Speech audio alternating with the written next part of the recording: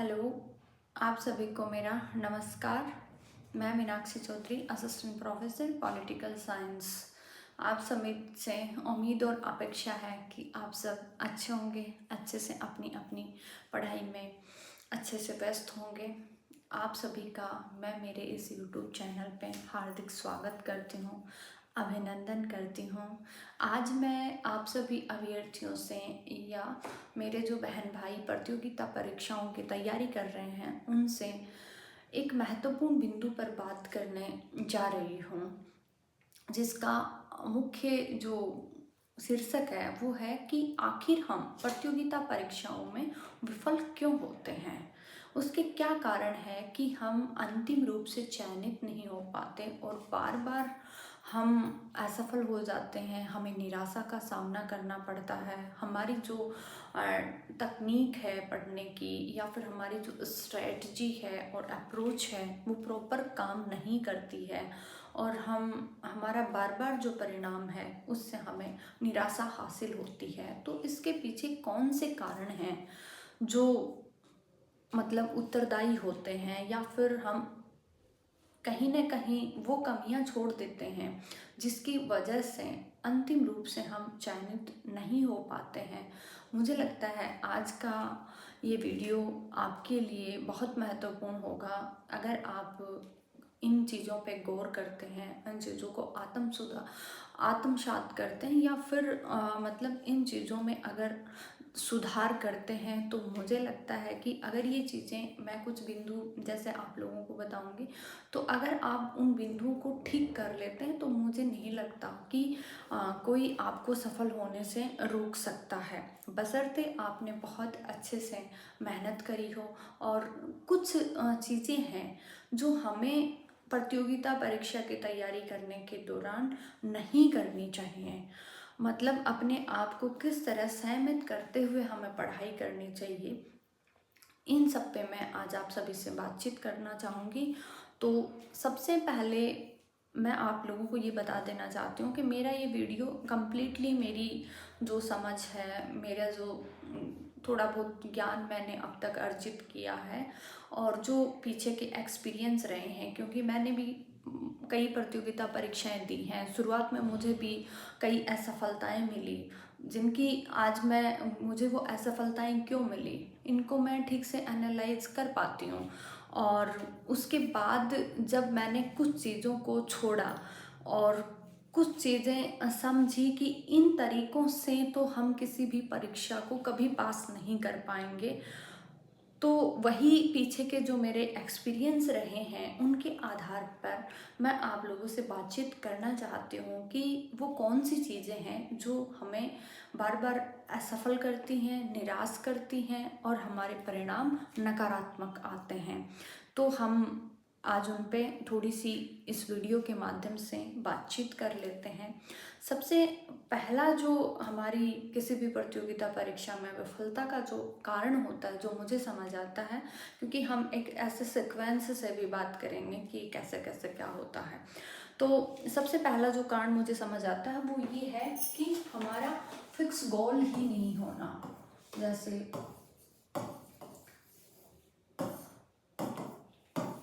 हमारा गोल ही अनक्लियर होता है। कई बार हम जैसे हमें फर्स्ट ग्रेड की तैयारी करनी है, बीच में ग्रेड थर्ड आ गई, सेकंड आई, हमने उसकी भी तैयारी कर ली, आरएस का प्री हो गया, हमने उसकी भी एग्ज़ाम दे ली, कोई ईओ आरओ का आ गया, एसआई का आ गया, इन सब की भी बीच में तैयारी कर ली। तो आज मैं आप लोगों को यही कहना चाहती हूँ कि ये जो अभी वर्तमान का जो आरपीएससी का पैटर्न है, जो जिसमें पेपर बहुत अच्छे लेवल के आ रहे हैं, व्यापक तरीके से क्वेश्चन पूछे जा रहे हैं और ऐसे 40% का नियम भी निश्चित कर दिया गया है। तो यहाँ पर मुझे लगता है कि आपको केवल एक लक्ष्य करना चाहिए, किसी भी एक भर्ती को टारगेट करना चाहिए और फिर उसकी अच्छे से तैयारी करना चाहिए। और हमारा गोल सेट इस आधार पे होना चाहिए कि हम संबंधित उसके लिए पात्रता भी रखते हों, रुचि भी हमारी हो और मतलब हमें ये लगे कि हमारा पर्याप्त सामर्थ्य है कि हम इसमें अच्छे से इसको क्रैक कर सकते हैं। और अंतिम रूप से कोई भी लक्ष्य इतना बड़ा नहीं होता कि कोई उसको नहीं कर सकता। तो सबसे पहले हमें अपना गोल डिसाइड करना होता है कि अंतिम रूप से हमें क्या करना है। फर्स्ट ग्रेड करना है, सेकंड ग्रेड करना है, एसआई करना है, आरएस करना है, असिस्टेंट प्रोफेसर करना है। तो ये कंप्लीटली आपको तय करना चाहिए। ऐसा नहीं है कि उसकी भी तैयारी उसकी भी तैयारी। अब मुझे लगता है ये थोड़ा इम्पॉसिबल सा काम है वर्तमान के जो पैटर्न को देखते हुए, वर्तमान के सिलेबस को, पेपर के लेवल को देखते हुए थोड़ा सा। इसीलिए जो भी कोई अभ्यर्थी प्रतियोगिता परीक्षा की तैयारी करना चाहता है, कर रहा है, उसको सबसे पहले अपना ऐसे पता होना चाहिए कि मुझे अमुक परीक्षा को टारगेट करना है। उसके पश्चात जो दूसरी गलती हम करते हैं वो है सिलेबस को लेकर।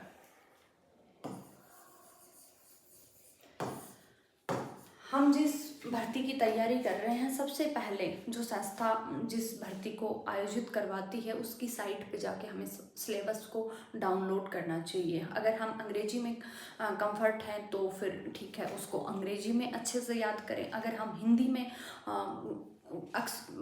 मतलब हिंदी में कंफर्ट हैं तो फिर हमें हिंदी में उसको ठीक तरीके से ट्रांसलेशन तो किया हुआ मिल जाता है। तो हमें उस सिलेबस को या तो बहुत अच्छे से समझकर या फिर लिख कर उस सिलेबस को याद कर लेना चाहिए, क्योंकि सिलेबस है वो बहुत महत्वपूर्ण है। उससे हमें ये पता चलता है कि हमें क्या पढ़ना है और कितना पढ़ना है, और हमें मतलब कौन से टॉपिक सिमिलर हैं, कौन से मतलब अलग दिशा में हैं, कौन से करंट अफेयर्स में हैं, कितने सेगमेंट हैं। इस सारा आपको, मेरे को लगता है वेरी स्टार्टिंग में 2 से 3 दिन अच्छे से केवल और केवल सिलेबस का एनालिसिस करना चाहिए। इससे बहुत फ़ायदा होता है तकनीकी रूप से। ये बात ऐसे आसान सी लगती है, पर ये आसान है नहीं कि सिलेबस को तो देख लिया, पढ़ लिया, लेकिन अगर सिलेबस आपके याद है, उसका पॉइंट टू पॉइंट याद है आपको, तो आपको इसका अंतिम रूप से बहुत फ़ायदा होता है। हाँ, फ़ायदे हमें बहुत बाद में समझ में आते हैं। फिर तीसरा जो है महत्वपूर्ण, PYQs, प्रीवियस ईयर्स क्वेश्चंस। हमने अपना गोल डिसाइड कर लिया, उसके पश्चात हमने सिलेबस को भी अच्छे से कवर कर लिया।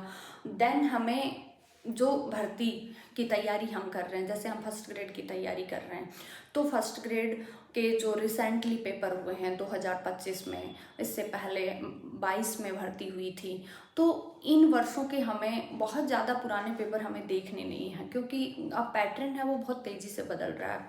और आरपीएससी है, उसने अपना जो पेपर बनाने का पैटर्न है वो अधिक थोड़ा जटिल किया है, व्यापक किया है, डेप्थ में किया है।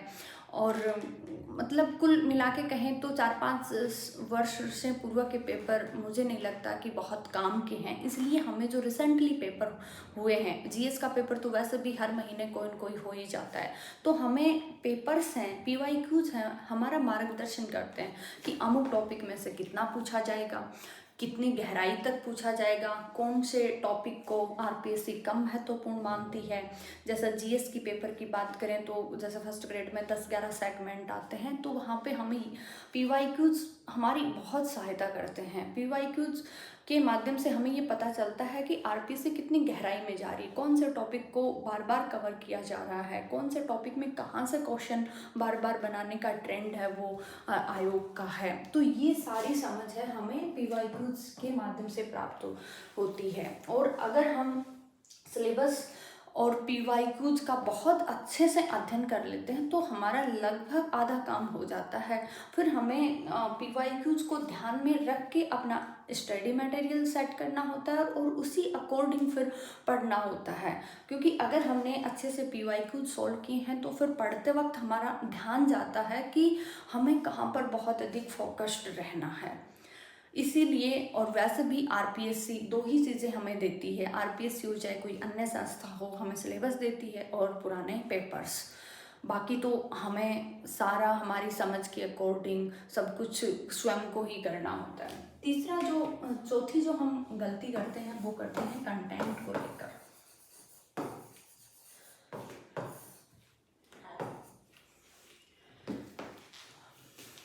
ये वर्तमान में बहुत बड़ा असमंजस्य का अभ्यर्थियों के मध्य कारण है।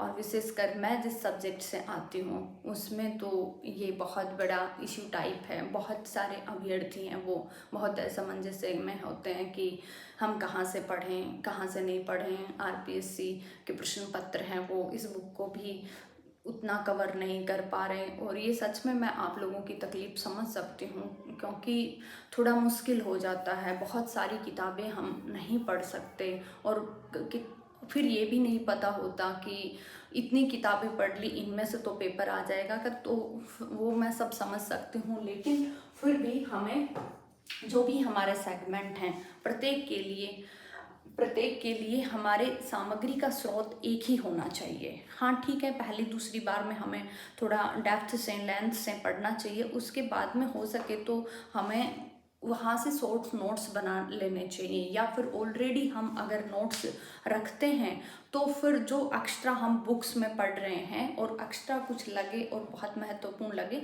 तो वहाँ पर हमें नोट कर लेना है। ऐसे करके हम अपने कंटेंट को फिक्स कर सकते हैं। कंटेंट सीमित होना चाहिए, एक सेगमेंट की एक ही सामग्री होनी चाहिए। शुरुआत में आपके पास एक सेगमेंट को लेके 2-3 सामग्री हो सकती हैं, क्योंकि आजकल जो क्वेश्चन है उनकी रेंज है वो वाइड है। लेकिन तीसरे चौथे रिवीजन तक आते आते आपके पास में एक सेगमेंट की एक बुकलेट फिक्स हो जानी चाहिए। क्योंकि मतलब हमें यहाँ पर परीक्षा पास करनी है, बहुत ज्ञानी और विद्वान और बुद्धिमान तो होना नहीं है। तो परीक्षा पास करने के लिए जैसे जैसे हम परीक्षा के करीब जाते हैं तो रिवीजन बहुत महत्वपूर्ण हो जाता है। और जितना अधिक बार हम रिवीजन करते हैं उतना ही हम लीड लेते जाते हैं। तो इसके लिए कंटेंट को लेके बहुत भ्रमित नहीं होना है। आपके पास जो कंटेंट है आप उस पर भरोसा करें, बशर्ते ये देख लें कि सिलेबस कवर हो रहा हो। और सिलेबस में जब हम PYQs देखते हैं तो उससे भी आइडियाज हो जाता है कि मतलब हमारी सामग्री पर्याप्त है या फिर अपर्याप्त है। और इसके साथ आजकल जो करंट के क्वेश्चन हैं विषय में भी, जैसे राजनीति विज्ञान की मैं बात करूं तो वहाँ पर भी सब्जेक्ट में भी 10-12 क्वेश्चन है वो करंट से रिलेटेड करके पूछे जाते हैं। और जो उधर GS के पेपर में 10 क्वेश्चन आते हैं वो भी काफ़ी लेंदी आते हैं, डेप्थ में आते हैं और बड़े क्वेश्चन आते हैं। इसीलिए पहले तो हम ये कर लेते थे कि अंत में कोई विशेष अंक उठाया 1 या 2 और वहाँ से करंट तैयार कर लिया। मगर वर्तमान में ये थोड़ा मुझे ठीक नहीं लग रहा। या फिर हम यूँ कहें कि हमें करंट को अब साथ लेकर चलना चाहिए। और जैसे राजनीति विज्ञान की मैं बात करूं तो हम एक न्यूज़पेपर पढ़ रहे हैं तो जो भी घटनाएं हो रही हैं, चाहे वैश्विक घटनाएं, कोई नियुक्तियां हो, कोई सबमिट वगैरह हो या कोई डील वगैरह है, कुछ ऐसा हो रहा हो तो हम उसी दिन उसको नोट कर लें और मतलब एक अलग से कॉपी बना लें। और लास्ट में बहुत आसान होता है, कोई बहुत ज़्यादा पन्ने वो कलेक्ट नहीं होते और अपने खुद के लिखे हुए हैं वो बहुत जल्दी रिवाइज हो जाते हैं, उनमें बहुत ज़्यादा समय नहीं लगता। तो मेरे को लगता है कि करंट है वो आपको कंटिन्यू ही रखना चाहिए। हाँ ठीक है, एक दिन छूट गया, 2-4 दिन का एक साथ कर लिया, इस तरह से करंट को साथ लेके चलना चाहिए। और सामग्री है वो सीमित होनी चाहिए, स्पष्ट होनी चाहिए और इतनी पर्याप्त होनी चाहिए कि जो पेपर बन रहा है उसका 80-85% वो कल को कवर कर जाए। अगर अपर्याप्त लग रही है तो आप उसमें ऐड ऑन कर सकते हैं। इसके साथ साथ आप अगली जो गलती अभ्यर्थी करते हैं वो है, या फिर जो विफलता का कारण बनता है वो है रिवीजन का अभाव।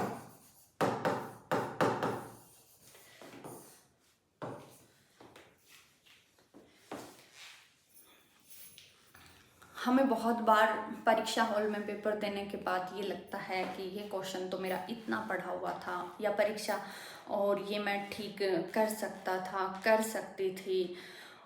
और जब परीक्षा हॉल में बैठे होते हैं, क्वेश्चन सॉल्व कर रहे होते हैं तो ऐसे लगता है ये होगा वो होगा। तो इन सब का कारण क्या होता है, हमारा रिवीजन है वो कम किया हुआ होता है और हमारे थोड़े तथ्य और अवधारणाएं अस्पष्ट होती हैं, धुंधली होती हैं। इसीलिए ये धुंधलापन, ये अस्पष्टताएं, असमंजस्य परीक्षा हॉल में न रहे उसके लिए हमें इसकी जो औषधि है वो ये है कि हम मल्टीपल टाइम रिवीजन करें। जितनी बार हम रिवीजन करेंगे उतना ही हम लीड लेते जाएंगे, उतना ही हमारा कॉन्फिडेंस बढ़ता जाएगा, उतने ही हम अनुशासित और मोटिवेट होते जाएंगे। और इस रिवीजन के लिए आप काम साथ में ये भी कर सकते हो कि आप टेस्ट सीरीज हैं वो भी लगा सकते हो, क्योंकि टेस्ट सीरीज से हमारा समय समय पर मूल्यांकन होता रहता है। मूल्यांकन के साथ साथ जो परीक्षा हॉल में हम कैसे पेपर मैनेज करें, थोड़ा आइडिया उसको उससे भी मिलता है। और एक टेस्ट सीरीज से हम अनुशासित भी होते हैं और रिवीजन है वो जल्दी भी होता है। थोड़ा हमारे हम यूँ कहें कि अध्ययन की हमारी है वो गति बढ़ जाती है टेस्ट सीरीज से, बशर्ते टेस्ट सीरीज बहुत अच्छी होनी चाहिए। अभ्यास के लिए बहुत ज़रूरी है ये। तो आप कोई भी टेस्ट सीरीज है उसको साथ में रिवीजन के साथ साथ में ज्वाइन कर सकते हैं और अपने टाइम टेबल के अकॉर्डिंग टेस्ट है वो दे सकते हैं, ऑनलाइन भी दे सकते हैं। और सबसे अच्छा तरीका तो ये है, टेस्ट है उसको प्रिंट करवाया और बहुत ईमानदारी से टेबल पे बैठ के टाइमर लगा के दिया जाए। जो छठा विफलता का कारण मुझे नज़र आता है वो ये है कि टारगेट ओरिएंटेड स्टडी हम नहीं करते हैं।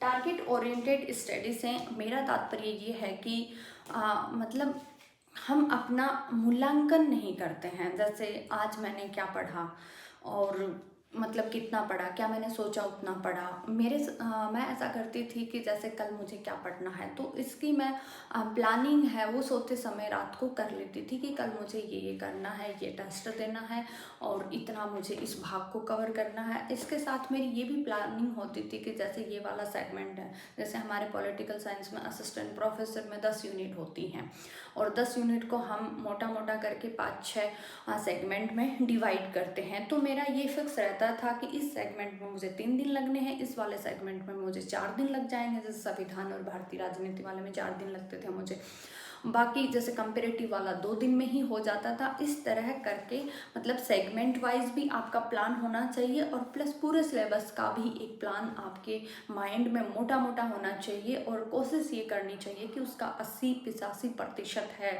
वो काम जो आपने सोचा है वो आप तय समय में कर पाएँ।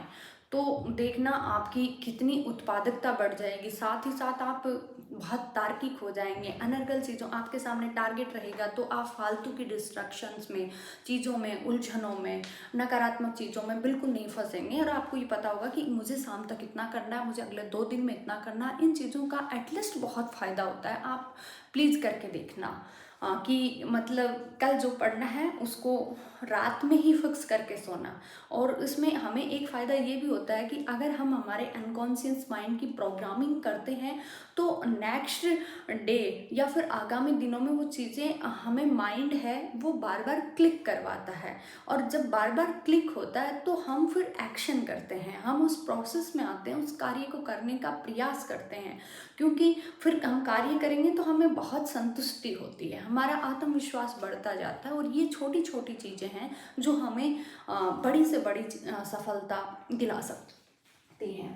तो आप ये बहुत टेक्निकल सी चीज़ है जो मुझे लगता है आप लोगों को, आप कर रहे हैं तो बहुत अच्छा है, नहीं कर रहे हैं तो आप ट्राई करके देखिए, आपको अल्टीमेट बहुत फ़ायदा होगा। सातवीं जो गलती हम करते हैं वो हम हमारे कमज़ोर पार्ट होता है उसको कई बार नज़रअंदाज कर देते हैं। और जो जिस चीज़ में हमें रुचि लगती है या फिर हमें जो इंटरेस्ट आ रहा होता है, जो पार्ट हमारा ऑलरेडी मजबूत है उसमें हम अपना समय देते रहते हैं, ऊर्जा देते रहते हैं और केवल ऐसे करते हैं कि इस वाले भाग को हम बहुत मजबूत करके इतने नंबर ले आएंगे, ऐसे प्लान करते रहते हैं। लेकिन ऐसा नहीं होता है। अब प्रतियोगिता परीक्षाओं का चूँकि आपको पता है, अध्यक्ष साहब भी कह चुके हैं, माननीय सदस्य ने भी पहले कहा था कि पेपर है वो मूल किताबों से आएंगे, कोचिंग के कंटेंट को छोड़ना होगा, पेपर है वो डेप्थ में आएंगे, ऐसा वैसा ये सारी चीज़ें चल रही हैं। तो इसके साथ मुझे लगता है कि पहले ये चल जाता था। जैसे मैंने जिस समय फर्स्ट ग्रेड की तैयारी की थी तो उस समय मैंने मैथ्स नहीं पढ़ी, और साइंस है वो भी बहुत अच्छे से तैयार नहीं की। मैथ्स वाले 10 क्वेश्चन को मैंने कम्प्लीटली छोड़ दिया था, और इसके बावजूद भी मेरे 40-41 क्वेश्चन ठीक हो गए थे। लेकिन इस समय जो पेपर का लेवल बढ़ जाने के कारण हम पुराने तरीकों पर नहीं टिक सकते, हमें अपने तरीके बदलने होंगे, क्योंकि समय की डिमांड है और जो समय के अकॉर्डिंग चलता है वो एग्जिस्ट करता है इस व्यवस्था में। जैसा कि Herbert Spencer, survival the fittest, तो यही बात यहाँ पर लागू होती है। तो आपको जो आपके कमज़ोर पार्ट हैं, जैसे फर्स्ट ग्रेड में जीएस में बात करें तो ह्यूमैनिटी के विद्यार्थियों के लिए विज्ञान वाला, मैथ्स वाला, रीजनिंग वाला, थोड़ा इंग्लिश वाला पार्ट है वो थोड़ा टफ पड़ता है और उसमें अभ्यर्थी असहज महसूस करते हैं। तो आपको उन सब चीज़ों से भागना नहीं है, लेटिंग गो, गिव अप नहीं करना है, और आपको उन चीज़ों को चाहे टीचर की सहायता से, चाहे ऑनलाइन क्लासेज के माध्यम से कैसे भी करके उन सेगमेंट्स को ठीक करना है। और यहाँ से मतलब कुछ क्वेश्चन हमारे ठीक हो जाएं, ऐसी अवस्था में अपने आप को लेकर आना है। तो कमज़ोर पार्ट हैं आपके, उनको फोकस करना है। सब्जेक्ट में भी कई बार हम क्या होते हैं, हम इंटरेस्ट से पढ़ते हैं कि हाँ ये टॉपिक है, इसमें बहुत इंटरेस्ट आ रहा है, लेकिन वहाँ से क्वेश्चन है वो उतने कवर नहीं होते। तो जहाँ से क्वेश्चन अधिक कवर हो रहे हैं, और क्वेश्चन का हमें कैसे पता लगेगा, पीवाईक्यूज के माध्यम से। पीवाईक्यूज ही तो हमें ये बताते हैं कि कहाँ से किस तरह से क्वेश्चन है वो फ्रेमिंग हो सकता है, और कौन सा वाला भाग है वो ज़्यादा इम्पॉर्टेंट है, कौन से टॉपिक से ज़्यादा क्वेश्चन बन रहे हैं। तो यह मामला हमें हमारे पढ़ने के इंटरेस्ट का नहीं होकर बहुत तार्किक होकर जो क्वेश्चन ठीक करने का मामला अधिक होना चाहिए। पढ़ तो हम बाद में भी लेंगे, हम बहुत बाद में भी हैं वो विषय के विशेषज्ञ बन जाएंगे, बहुत सारी अलग अलग किताबें पढ़ लेंगे, बहुत सारा नॉलेज गेन कर लेंगे, ये सब अभी तो प्राथमिकता ये होनी चाहिए कि अधिक से अधिक क्वेश्चन ठीक करके पीडीएफ में रोल नंबर कैसे आए, इस पे हमारा टारगेट होना चाहिए। इसीलिए प्रत्येक भाग को जो भाग जितना डिजर्व करता है उतना उसको समय देना चाहिए, उतना उसकी तैयारी करनी चाहिए। 8वां जो हमारी विफलता का कारण है वो ये है कि वर्तमान समय में हमारे डिस्ट्रक्शंस बहुत सारे हैं।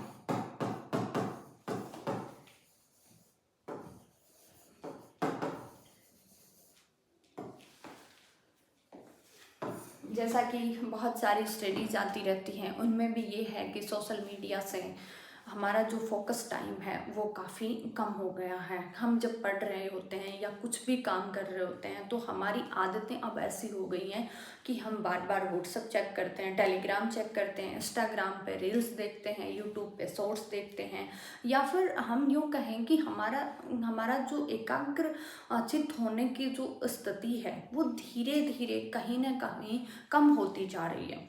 तो बहुत सारे डिस्ट्रक्शंस हैं। इसके अलावा आपको पता ही है मार्केट में आरपीएससी को लेके बहुत सारे भ्रांतियां हैं, कोचिंग्स को लेके बहुत सारी नकारात्मकताएं होती हैं, टीचर्स को लेके होता है, गाइड को लेके, कंटेंट को लेके तमाम तरह की है ना मतलब नकारात्मकताएं हैं।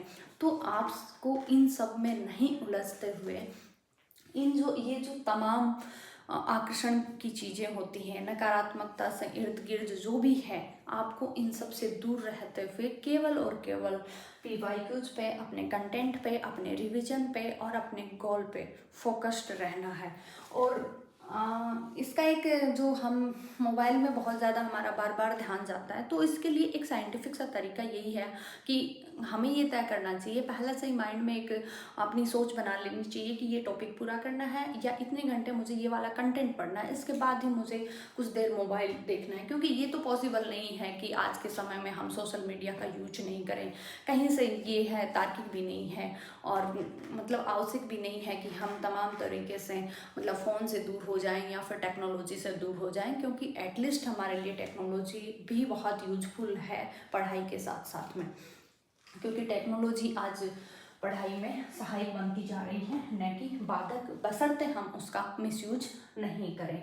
तो डिस्ट्रैक्शंस से, जो फ़ोन का डिस्ट्रैक्शंस है उससे तो ऐसे ही बच सकते हैं कि फिक्स टाइम हो कि ये वाला टॉपिक पढ़ के ही थोड़ा बहुत देखना है। और जो मार्केट के डिस्ट्रैक्शंस हैं कोचिंग को लेके, शिक्षकों को लेके, कंटेंट को लेके, संस्था को लेके, उनके प्रति मुझे लगता है कि आपको सकारात्मक होना चाहिए। आप जिस शिक्षक से पढ़ रहे हैं उस पर पूरा भरोसा करिए, जो कंटेंट आपके पास है उस पर भी पूरा भरोसा रखिए। इसके साथ साथ अपने आप पे भरोसा करना बहुत ज़रूरी है, क्योंकि अंतिम रूप से सबसे बड़े हितैषी आप ही स्वयं के होते हैं और कोई भी नहीं होता है। सबसे अधिक कोई मतलब आपके लिए सोचता है तो वो आप स्वयं हैं, क्योंकि हर कोई व्यक्ति है वो दूसरे के लिए उतना नहीं सोच पाता है, भले ही वो आपका कितना ही अच्छा मित्र हो, कोई भी हो, लेकिन जो आप सोचेंगे, जितने समझदार आप बनेंगे, उतना ही जीवन में आप आगे जाएंगे।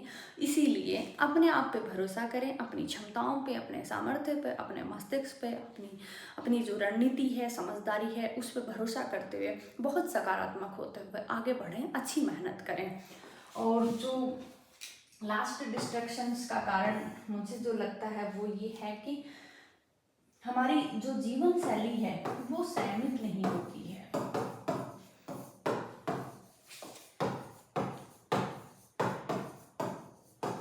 संयमित जीवन शैली से मेरा ये तात्पर्य है कि नकारात्मकता वगैरह का तो मैंने बता दिया है। इससे ये तात्पर्य है कि मतलब हमें परीक्षा के दौरान या परीक्षा के पास में हमें हमारा एक शेड्यूल है वो बहुत फिक्स होना चाहिए। हमें बाहर के भोजन से भी बचना चाहिए, बाहर जितना हो सके उतना कम जाना चाहिए, लोगों से इंटरेक्ट भी मुझे लगता है कम से कम करना चाहिए। बहुत चुनिंदा लोग आपके आसपास होने चाहिए। फालतू की जो मतलब गॉसिपिंग टाइप है उससे भी अपने आप को बचाना चाहिए, और एक तय समय पर उठना चाहिए, तय समय पर सोना चाहिए, अच्छी नींद लेनी चाहिए। और ऐसे जैसे सुबह हम उठते हैं, सुबह उठते ही फ़ोन के लग गए, मुझे लगता है फ़ोन से दूर रहना चाहिए। जो हम जैसे नींद से उठते हैं तो बहुत तरोताज़ा होते हैं, हमारी एनर्जी हाई लेवल पर होती है, और उस समय मुझे लगता है कि आपको अपनी पूरी एनर्जी है वो अध्ययन में लगानी चाहिए। और जो आपके जो और कहा भी गया है बहुत सारी, जैसे जीवन दर्शन की किताबें हैं, मोटिवेशनल किताबें हैं, सब में यही कहा जाता है कि आपके लिए जो सबसे अधिक ज़रूरी है वो आपके लिए प्राथमिक होना चाहिए और आप उसको सबसे पहले करें।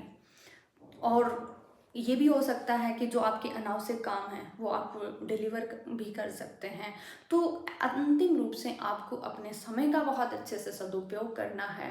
आपका जो जीवन है और आपके कार्य हैं उनके बीच में बैलेंस बनाते हुए तरीके से मेहनत करनी है, अपनी मेहनत पर भरोसा करना है, कंसिस्टेंसी बनाए रखनी है। अंतिम रूप से यही चीज़ें होती हैं जो आपको सफल बनाती हैं। आपका जैसे क्लियर आपका गोल होना चाहिए, आपको सिलेबस का अच्छे से पता होना चाहिए, इसके बाद में PYQs आपने अच्छे से उनका एनालिसिस किया हो, और बीच बीच में पढ़ते समय भी ऐसा नहीं है कि PYQs एक बार कर लिए और बाद में उनको छोड़ दिया। इनको जब जब हम पढ़ें, जो सेगमेंट पढ़ें, संबंधित सेगमेंट पढ़ने से पूर्व हमें PYQs देखने चाहिए। फिर जब हम पढ़ते हैं तब हमें ये लगता रहता है कि मतलब यहाँ से क्वेश्चन बना है, इस बार भी आ सकता है। तो PYQs हमारे किसी भी परीक्षा के लिए बहुत बड़े मार्गदर्शक का काम करते हैं। चौथा, हमारे पास कंटेंट है वो फिक्स होना चाहिए, कंटेंट पे हमें भरोसा रहना चाहिए। और पांचवा जो कारण मैंने बताया वो हमारा मल्टीपल रिवीजन होना चाहिए। जितना ज़्यादा हम सामग्री का, हमारे जो स्रोत हैं उनका रिवीजन करेंगे उतने ही हम श्रेष्ठ होते जाएंगे, क्लियर होते जाएंगे, हमारे अंक बढ़ते जाएंगे। टेस्ट सीरीज है आप उससे आप अच्छा अभ्यास कर सकते हैं। जीवन शैली है वो बहुत संयमित होनी चाहिए। अच्छे विद्यार्थी के हमारे अंदर थोड़े गुण होने चाहिए। इसके अलावा जो हमारा कमज़ोर पार्ट है उसको छोड़ना नहीं है। जिस भाग का जितना वेटेज है उसको उस अनुपात में बहुत अच्छे से तैयार करना है। हमें थोड़ा टारगेट ओरिएंटेड स्टडी करनी है। हमें अपने आप को लक्ष्य देने हैं कि कल मुझे ये करना है, आगामी 5 दिन में मुझे ये करना है, एक तय समय के बाद हमें रिवीजन करना है, पूरा सिलेबस मुझे इतने दिन में करना है। मुझे लगता है कि मैंने बहुत सारे ये कारण बता दिए जो हमारी विफलता के कारण बनते हैं, और जब कारण बताए हैं तो इन्हें में समाधान भी नहीं था कि जब ये विफलता के कारण हैं तो फिर हमें इनसे बचना है और अपने आप को समझदार बनाना है, अपने आप में धीरे धीरे आत्म सुधार करते हुए और अपनी सफलता को सुनिश्चित करना है। अब आप सभी को मेरी ओर से बहुत शुभकामनाएं। आप अच्छे से पढ़ते रहिए और अपने आप पे, सबसे अधिक अपने आप पे भरोसा करें, अपनी मेहनत पे भरोसा करें। बस मेरा यही कहना है कि फालतू के विकर्षणों से, इन सब से अपने आप को है मतलब फालतू के आकर्षणों से अपने आप को बचाए रखें। और एक चीज़ और जो मैं कहना चाहती हूँ वो मैं भूल गई, बहुत सारे लोगों से हम राय नहीं लें, बहुत सारे शिक्षकों को भी हमें फॉलो नहीं करना है।